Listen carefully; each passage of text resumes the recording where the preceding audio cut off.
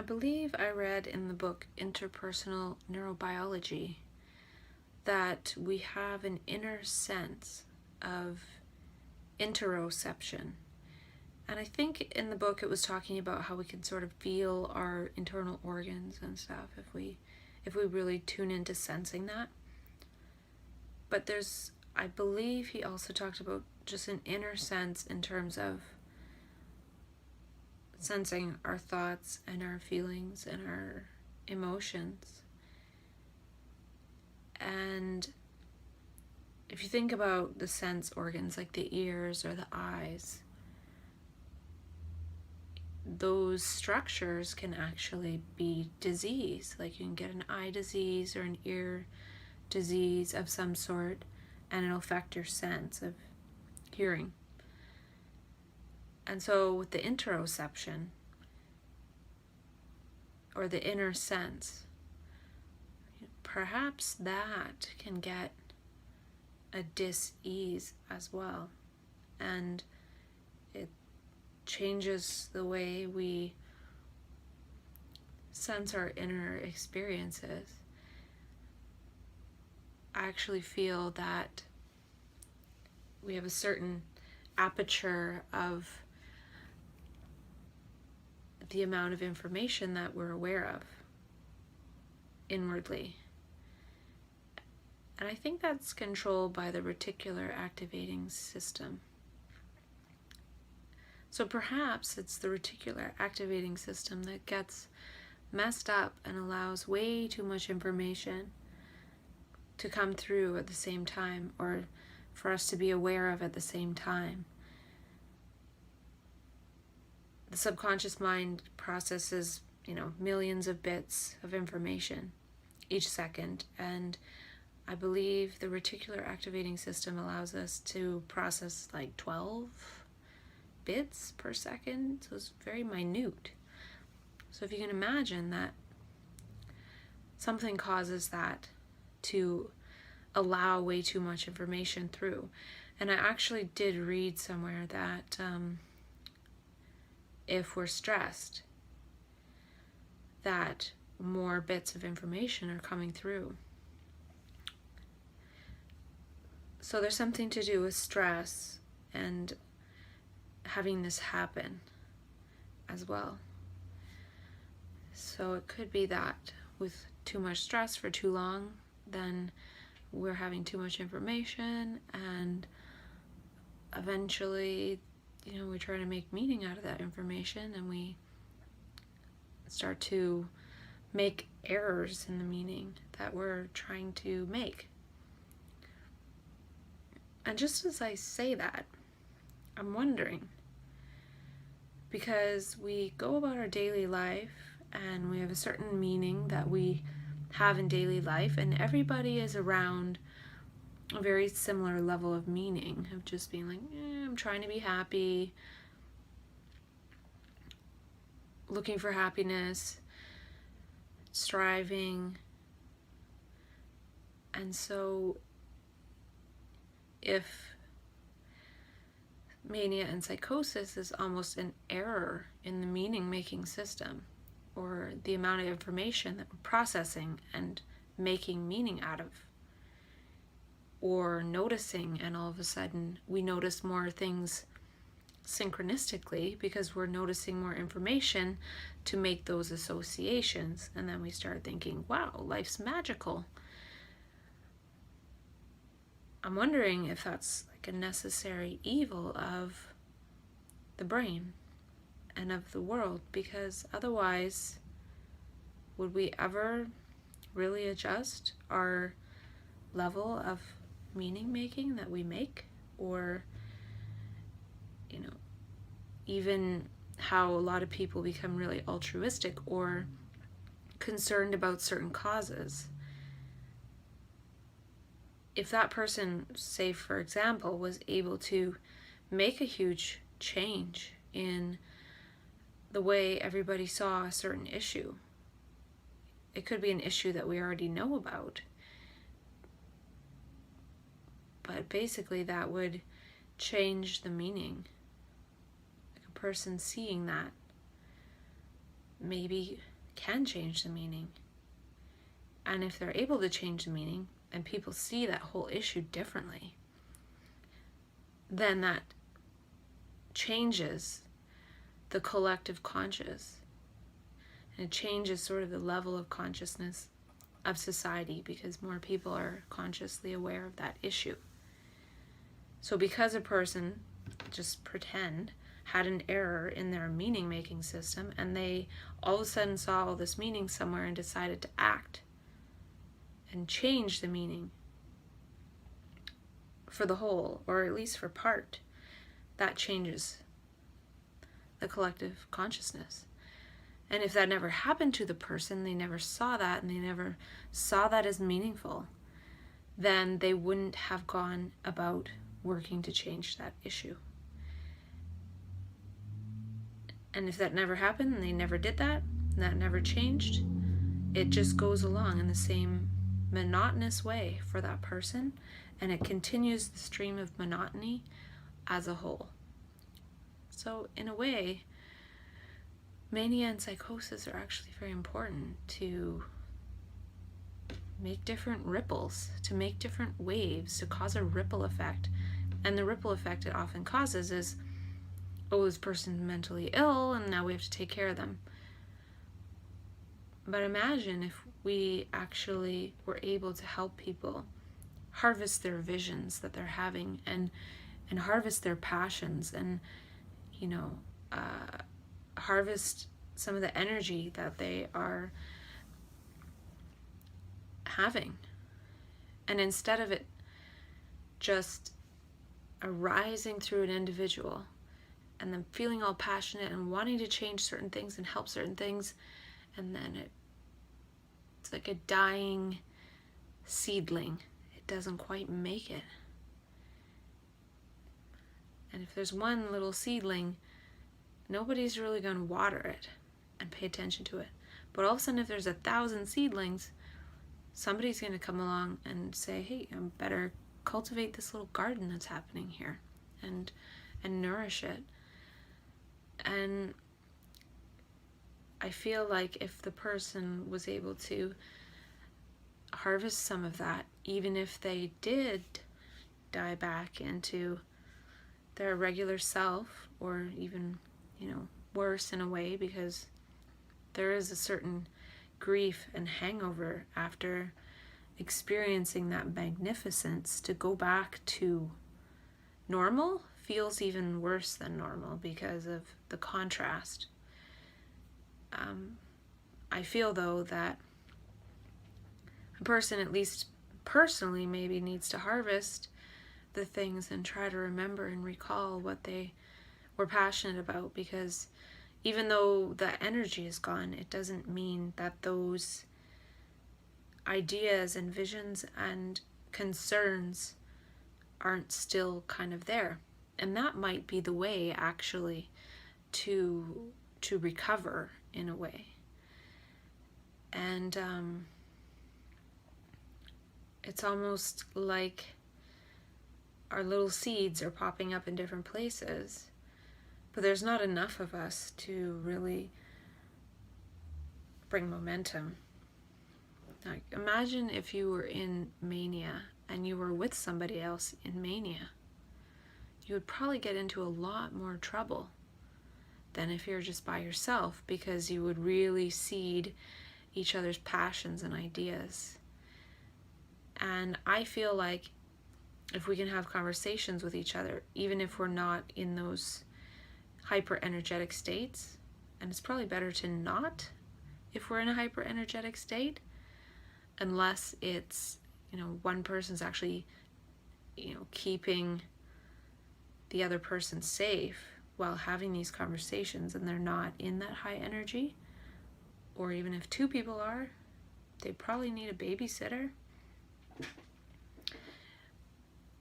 Because, so it's better to talk about it after the fact and actually take those energetic seeds that have lost their energy and create something with them in daily existence, because maybe that's the fun part. it's wonderful to have that lovely energy, but it's possible that some of us with visions can create a vision and it could be quite inspiring, possibly. And then people that aren't necessarily people that have gone into manic states and psychotic states, they are on board. They're like, wow, I want to participate in that. And even though it was a vision that came out of, say, 10 people's manias, it actually is not exclusive to everyone, because perhaps the vision is a gift for the whole world, not just the people that go into those states individually or collectively. And if we were able to do that, it's possible that people that typically might be a little bit afraid of people that have mental health challenges might start to see people with mental health challenges as visionaries. So perhaps they won't see them as mentally ill. And perhaps some of this working towards it would heal some of the stuff that is seen as mental illness. Or, if a person, for example, is thinking, I'm not mentally ill, I'm a visionary, but yet is seemingly quite mentally ill in that hard to function, on meds, having side effects, typical mental illness case, working towards the vision together might help heal some of that, in that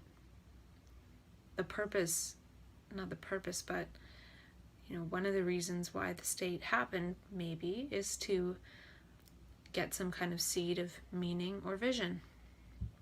Yet if it's not utilized, the person who's the seed is just going to be like dormant in a drawer of somebody's seed collection. I really feel like having conversations and seeing what we can harvest out of it could go a long way to change the whole issue of stigma.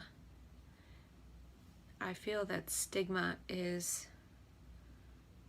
there's a lot of self-stigma, and stigma goes with the story that we're given about mental illness, about mental health diagnosis. And we spend a lot of time, or there's a lot of time being spent fighting stigma. And I feel like, while that's very, it's a good thing to do, if we have conversation about, 1,000 different ways or 1,000 different words to describe this, from mental illness to visionary to genius to prophet to whatever. And it doesn't mean that I think I'm a prophet. Maybe I had a prophetic thought. Doesn't necessarily make me a prophet, but maybe there was something that seemed like prophecy in a way, or vision, or dream, or there's so many different, there's so many different things along the spectrum of it. And I feel like sometimes I could be just a person with a mental illness, and other times I'm quite a visionary, and other times I'm really quite idiotic. Sometimes I can't think or really process. I'm very slow. Sometimes I'm quicker. Now, which one is the real me? I don't really know. What I'm saying is I'm all those things, but I'm not all those things at the same time. Some of them are mutually exclusive, whereas other times I can be mentally ill and be a visionary. It's actually quite disorienting to be a visionary. or to have extreme states of consciousness come out of nowhere. And it makes me at times quite non-functional. It makes me quite terrified when there's no real reason in reality in my general vicinity to be that terrified. And that can be called illness, and that can be called brain disease. I've been to the psych ward 5 times, and I always learn a lot when I'm there. So even though I'm experiencing really terrible things, I'm quite engaged, and I'm always learning, and I write a lot. And there could be a lot of, illness within me, or part of me feels like I process a lot of the collective unconscious for everybody. So a lot of people are able to ignore these inner elements and inner realities that we all share, our collective past, that the collective past has seeded this present moment. And each one of us were seeded or born on this earth at a certain point, and that implies the collective past. So that's sort of implicit within all of us. And sometimes we can slip into knowledge of things that have happened in the past that we couldn't otherwise know. And it seems to be, to me, holographically imprinted. We can access almost anything. And again, it's like too much information.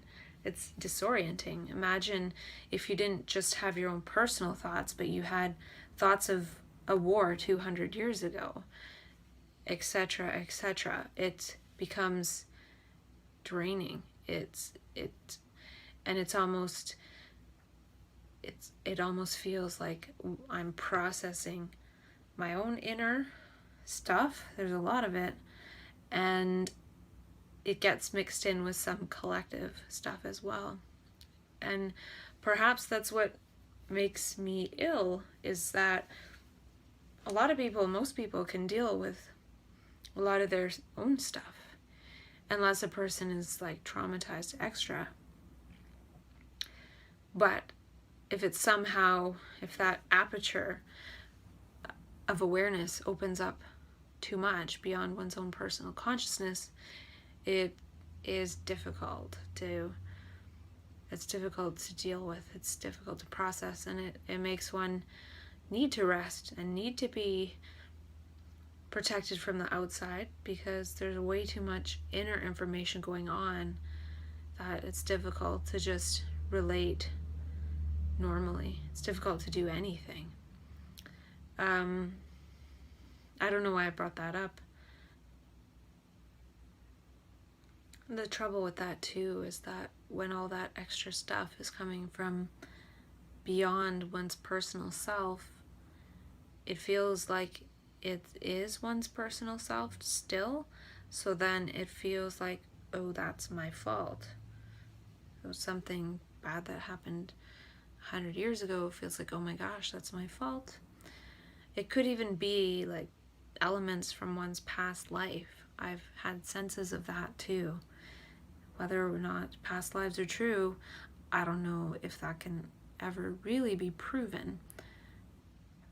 But we can have that experience subjectively, and it's a common experience. Like, a lot of people have that. And a person wouldn't necessarily believe it if somebody else said they had that experience. But that's the thing. If you have never experienced mania or psychosis, a lot of what I'm saying, you would say, that's not true. I don't believe that. But, if you have a brain, you're not immune to this. And one day you might know. You might know what I'm talking about. And I really hope you don't, because most of it is not fun.